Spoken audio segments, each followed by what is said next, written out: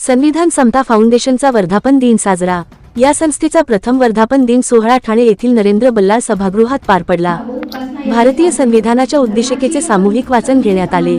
संघटकांचे व मान्यवरांचे आभार प्रदर्शन संपन्न, प्रबोधनात्मक भाषणे व गीत गाऊन संपन्न करण्यात आले। प्रमुख पाहुण्यांच्या उपस्थितीत विद्रोही शाहीर संभाजीदादा भगत, प्रसिद्ध वक्ते नितीन चंदनशिवे, मंत्रालयाच्या अनुसूचित जाती जमाती व इतर मागासवर्गीय अधिकारी व कर्मचारी संघटनेचे अध्यक्ष भगतजी वानखेडे, मंत्रालयाचे प्रदर्शन सहाय्यक सुशीम कांबळे उपस्थित होते। या कार्यक्रमाला डॉक्टर भीमरावजी आंबेडकर काही कारणास्तव उपस्थित राहू शकली नाहीत। प्रतिनिधी मंजिरी पवार, IB7 न्यूज, मुंबई।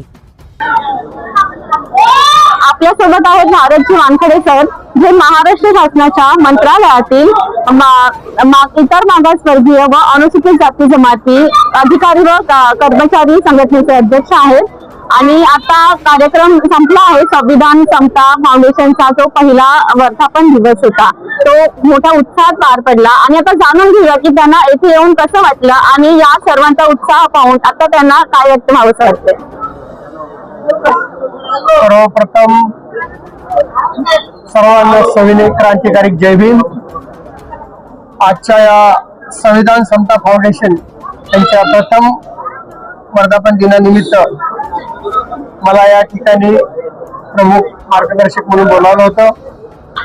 आणि आजच्या या संविधान समता फाउंडेशनच्या प्रथम वर्धापन दिनानिमित्त खरंच मला अतिशय आनंद होतो, कारण आजच्या तरुणाला संविधान समजणं आणि संविधानाच्या मार्गाने कार्य करणं ही आजच्या पिढीला अत्यंत आवश्यक आहे।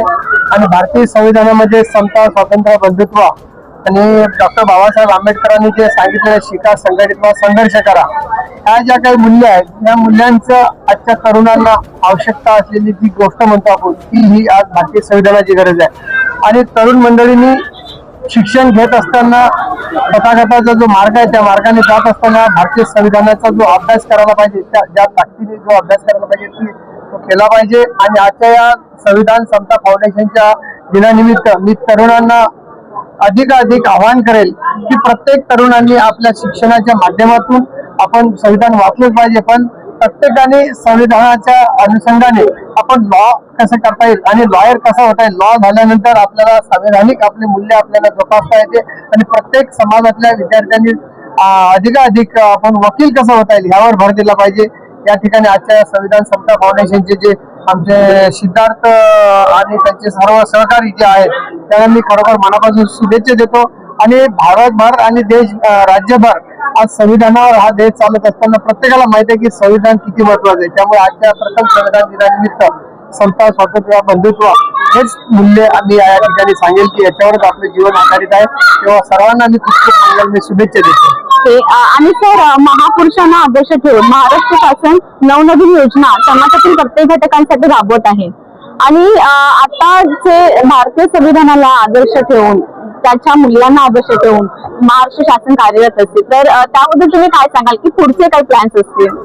राज्य शासनाच्या संविधानिक जर आपण बघितलं तर घटनात्मक आपले जे अधिकार आहेत, प्रत्येक मानवाचे घटनात्मक जे अधिकार आहेत, राज्य शासन प्रत्येकाचा विकास व्हावा, प्रत्येकाला शिक्षण मिळावं, प्रत्येकाचे जे काही आपले समाजामधले जे काही त्यांचे उत्क्रम म्हणजे त्यांच्या प्रगतीच्या दृष्टीने ज्या ज्या काही गोष्टी करायच्या असतात त्या संविधानिक आधारावरती, तर शासन ज्या प्रत्येक विभागामध्ये ज्या योजना असतात त्या योजना खालच्या घटकापर्यंत पोहोचवण्याचं काम तुमच्या आमच्या या तरुण मंडळीच आहे। पण शासन सुद्धा तेवढीच काळजी घेत असते की प्रत्येकाला त्या शासनाच्या योजनांचा लाभ मिळाला पाहिजे, त्या दृष्टीने शासन कार्यरत असते। आणि आपल्या तरुण मंडळींना मी एवढंच आवाहन करते की राज्य शासनाच्या ज्या ज्या योजना त्या विभागाच्या योजना त्या तळागाळातील आणि विद्यार्थ्यांपर्यंत पोहोचवण्याचं काम या भारतीय संविधानाच्या झालं पाहिजे। थँक्यू सो मच, खूप खूप धन्यवाद सर।